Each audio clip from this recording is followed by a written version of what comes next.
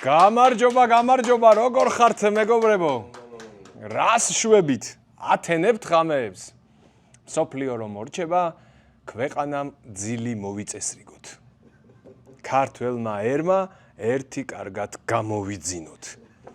ვაცნობიერებ რომ ისტორიაში არავინ შესულა იმით რომ ხალხს ძილისკენ მოუწოდებდა, უფრო პირიქით ისტორია მათ უფრო აფასებს, ვინც საზოგადოებას გაღვიძებისკენ მოუწოდებს, სამართლიანადაც, მაგრამ არა უშავს. ყველა ისტორიაში ვერ შევალთ. მე გამოძინებისკენ მოგიწოდებთ.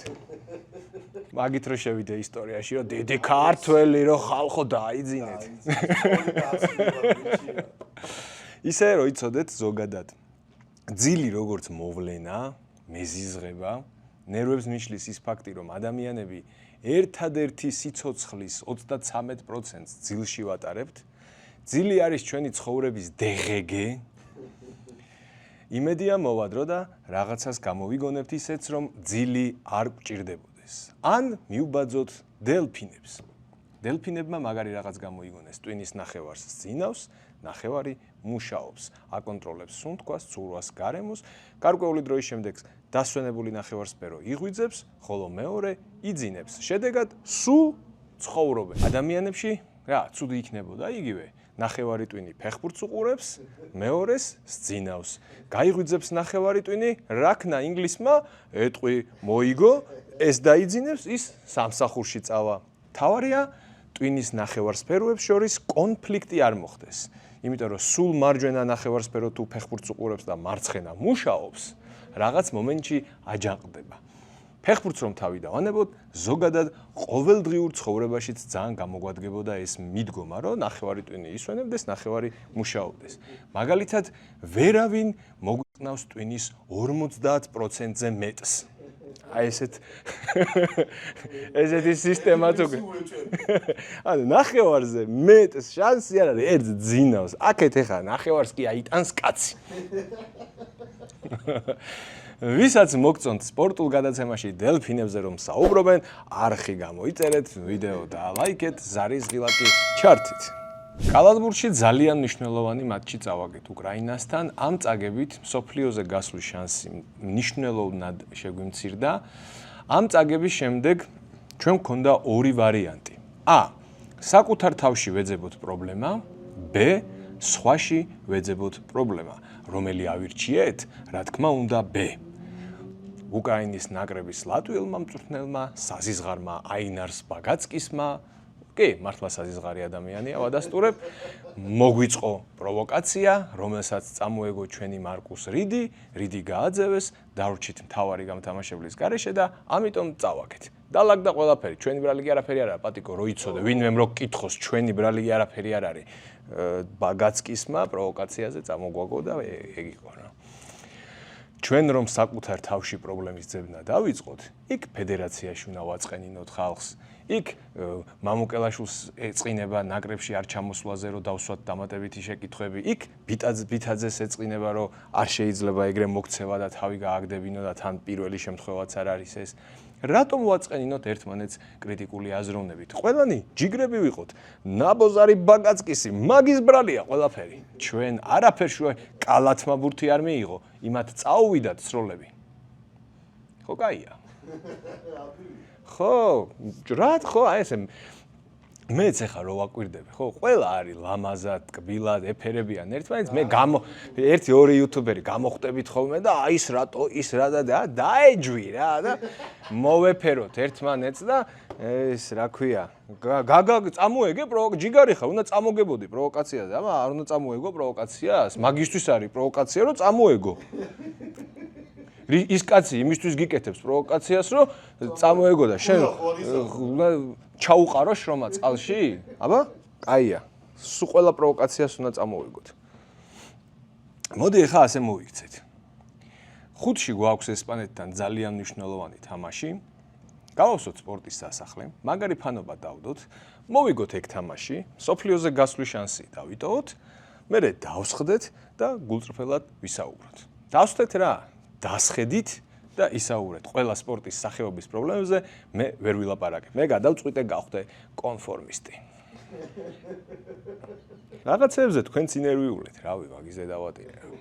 მამუკელაშვილს ვულოცავ ლეიკერსში გადასვლას. არც ერთი ქართველი არ გვინახავს არც ერთ სპორტის სახეობაში ამ დონის ბრენდში, აი ლოს-ანჯელეს ლეიკერსის დონის ბრენდში არ უთამაში არასდროს არც ერთ ქართველს. ეს არის დიდი წარმატება და წარმატება მამუს. ჯეკ ნიკოლსონი მალე გვენახოს მამუკელაშვილის მაისურით პირველ რიგში.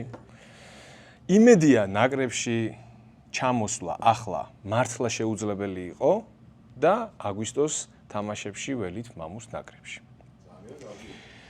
ეხლა ვერ ვერკვევი ამ იურიდიულ კალათბურთის საკითხებში და მინდა დავიჯერო რომ მართლა ეხლა შეუძლებელი იყო ნაკრებში ჩამოსვლა. იმიტომ რომ მამუს ყოფნის შემთხვევაში ჩვენ გონია რომ უკრაინასთან არ წავაკებდით.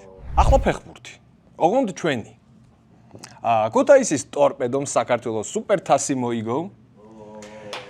დიახ. Google-ში თუ ჩაწერთ ტორპედო ქუთაისი, ფოიერვერკები ამოდის, მართლა. ყოველ შემთხვევაში გუშინ ეგრე იყო, დღეს აღარ გადამიმოწმებია. Google-ში რომელი მუშაობთ ქუთაისელი, აბა, დაგვენახეთ, რომელმა გააკეთეთ ეგა. გავიცნოთ ერთმანეთი, ხო და ვიცნობდეთ Google-ში ვინ მყავს ჩვენიანი. დაგვიწერეთ კომენტარებში ვინ მუშაობთ Google-ში ქუთაისელი. არ დგომას რომ ჩამოხვალ, გადავიკვეთოთ. რამდენიმე დღე და ვიწყებთ ევროტურნირებს. პატარა ცვლილებებია კალენდარში. 8 ივლისს 20 საათზე ითამაშებენ იბერია და ტორპედო ორივე 20 საათზე, ორივე სტუმრად. 9 ივლისს 20 საათზე ითამაშებს დილა სახლში და დინამო სტუმრად ითამაშებს 10:15 წუთზე. ალბათ ყველას გაინტერესებთ რატომ დაინიშნა თამაში 10:15 წუთზე. არ ვიცი. ვინმემ თუ იცით კომენტარებში დაწერეთ. წარმატება 4-ვე ქართულ კლუბს, ვლოგები ჩემზე იყოს. ოღონდ ეგრევე არ გამოვარდეთ ყველა, თორე ვლოგების გადაღებას ვერ მოვასწრებ, ანუ რიგრიგობით რომ მოვიდე გადავიღო. ხო, რამდენიმე ეტაპი გვინდა რა. ეგრევე არ გამოვარდეთ ვლოგების გარეშე არ დაგვტოვოთ. ახლა გადავიდეთ მუნდიალზე. აი ამაზე. ხო საყვარელი თასია. ტემოა, ნაღდი ტემოა. მორჩა ჯგუფური ეტაპი, გახურდა პლეი-ოფები, ნამდვილი სოფლიო დაიწყო. ჯგუფურ ეტაპზე ბევრი არაფერია სასაუბრო, იყო სენსაციები, მაგრამ არაფერი გასაგიჟებელი.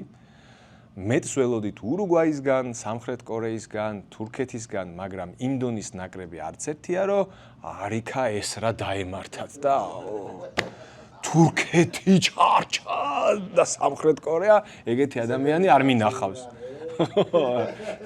სამაგეროდ პლეი-ოფები დაიწყო თუ არა, ეგრევე გამოგვაკლდა ორი გრანდი. მე-16 ფინალიდან დაგვემშვიდობდნენ გერმანია და ნიდერლანდები. ნიდერლანდები მაროკოსთან გამოვარდა და ამას სენსაციას ვერ ვუწოდებთ. აი გერმანიის გამოვარდნა პარაგვაისთან ნამდვილად იყო ამ მუნდიალის პირველი დიდი შოკი. გული არ გაიტეხოთ გერმანიის ფანებო, მე უარესი მოგონება მაქვს პარაგვაისთან. ჩემი ჭადრაკის და პარაგვაის ისტორია მოყოლილი მაქვს თუ არა, სადმე საჯაროდ აღარ მახსოვს. მეზიზღება ადამიანი ერთი და იგივეს რო ყვება ხოლმე რა, ამიტომ არ მოვყვები. და თუ არ მომიყოლია, კომენტარებში დაწერეთ და შემდეგ ეპიზოდში მოგიყვებით მე პარაგვაი და ჭადრაკი. ინგლისზე რას ვიტყვი? აქამდე რაც ვნახეთ, 10-დან 7.5 ქულას დავუწერდი ინგლისის ნაკრებს. ეს ინგლისი როგორი გუნდია, იცით? მექსიკასთან რომ გამოვარდეს, თავისუფლად იტყვი, რომ ეტყობოდა ამ ინგლისს, რომ შორს გამსვლელი არ იყო და მსოფლიო ჩემპიონი რო გახდეს, თავისუფლად იტყვი, რომ ეტყობოდა ამ ინგლისს საჩემპიონო პოტენციალი. ყველაფრის მკადრებელი ექსპერტებისთვის იდეალური გუნდი არის რა. რაც გინდა თქვი, ყველაფერი სიმართლე არის. ყველაფერი ერგება.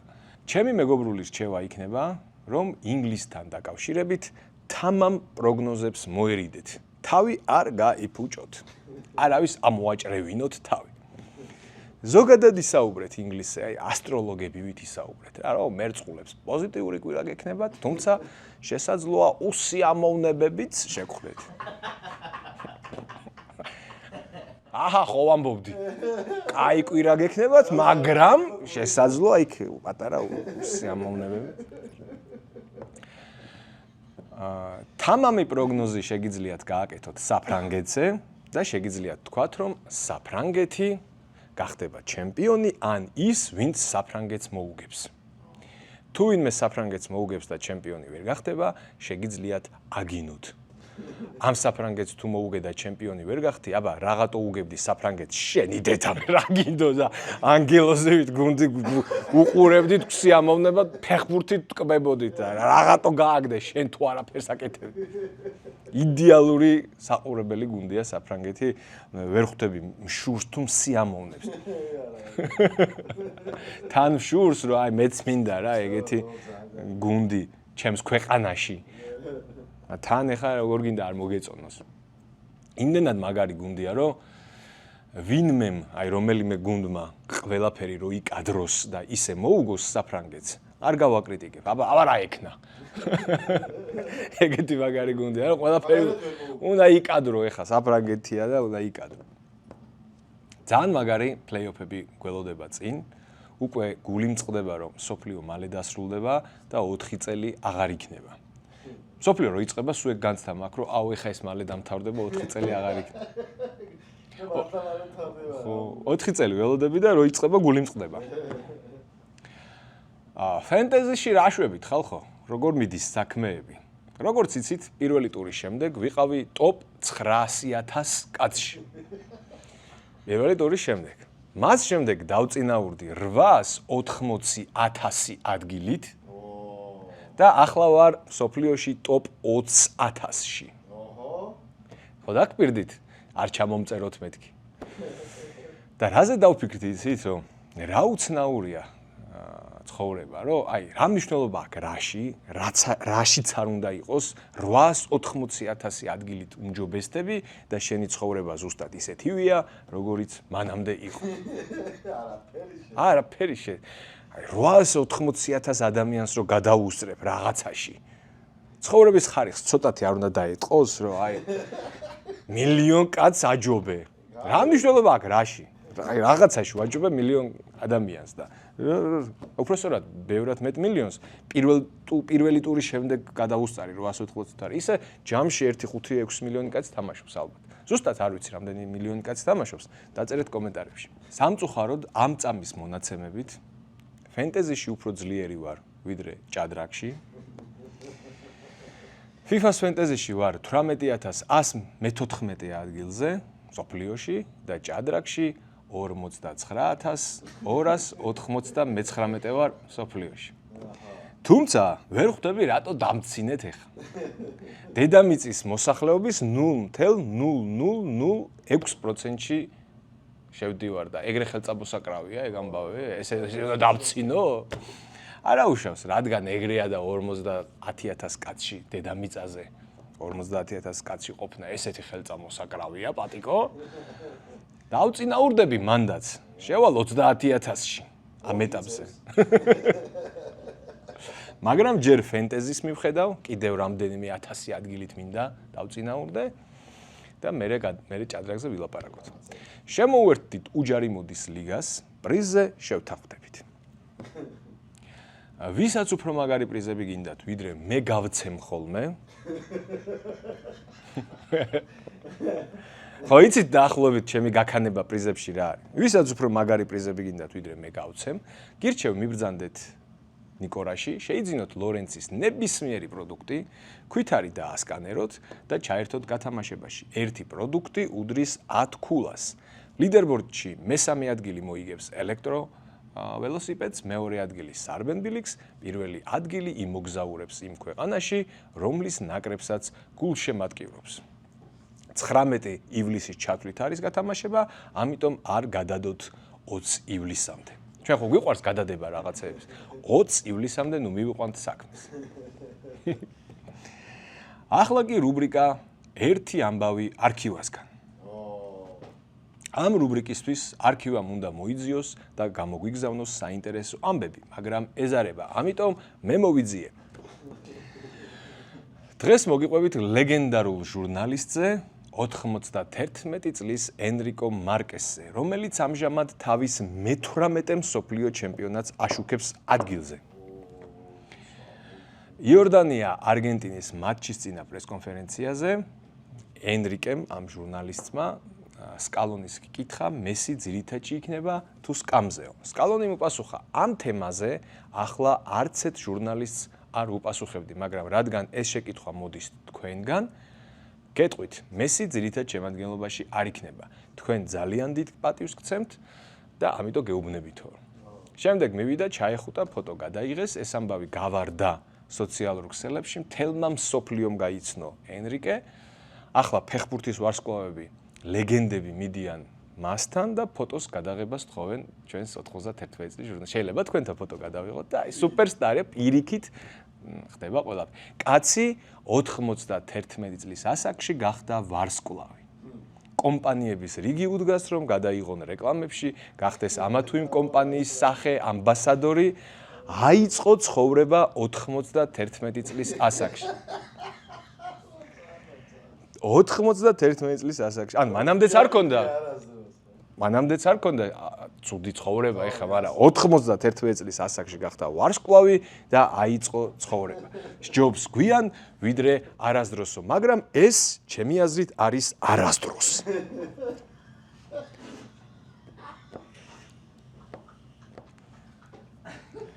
ეს არ არის გვიან, ჩემი აზრით. ეს არ არის გვიან. ჩემი აზრით, საოცარი კარიერა აქვს ენრიკე მარკესს. პირველი მსოფლიოს ჩემპიონატი, რომელზეც იმუშავა, 1958 წლის მუნდიალი იყო შვედეთში. მას შემდეგ ერთი მსოფლიო ჩემპიონატიც არ გამოუტოვებია. მის თვალწინ გაიარეს მთელი კარიერა, მის თვალწინ გაიარეს პელემ, მარადონამ, მესიმ, რონალდუმ, ბეკენბაუერმა, მიულერმა, კრუიფმა, ვან ბასტენმა, ხრუშოვმა, ბრეჟნევმა, ანდროპოვმა, ჩერნენკომ, გორბაჩოვმა.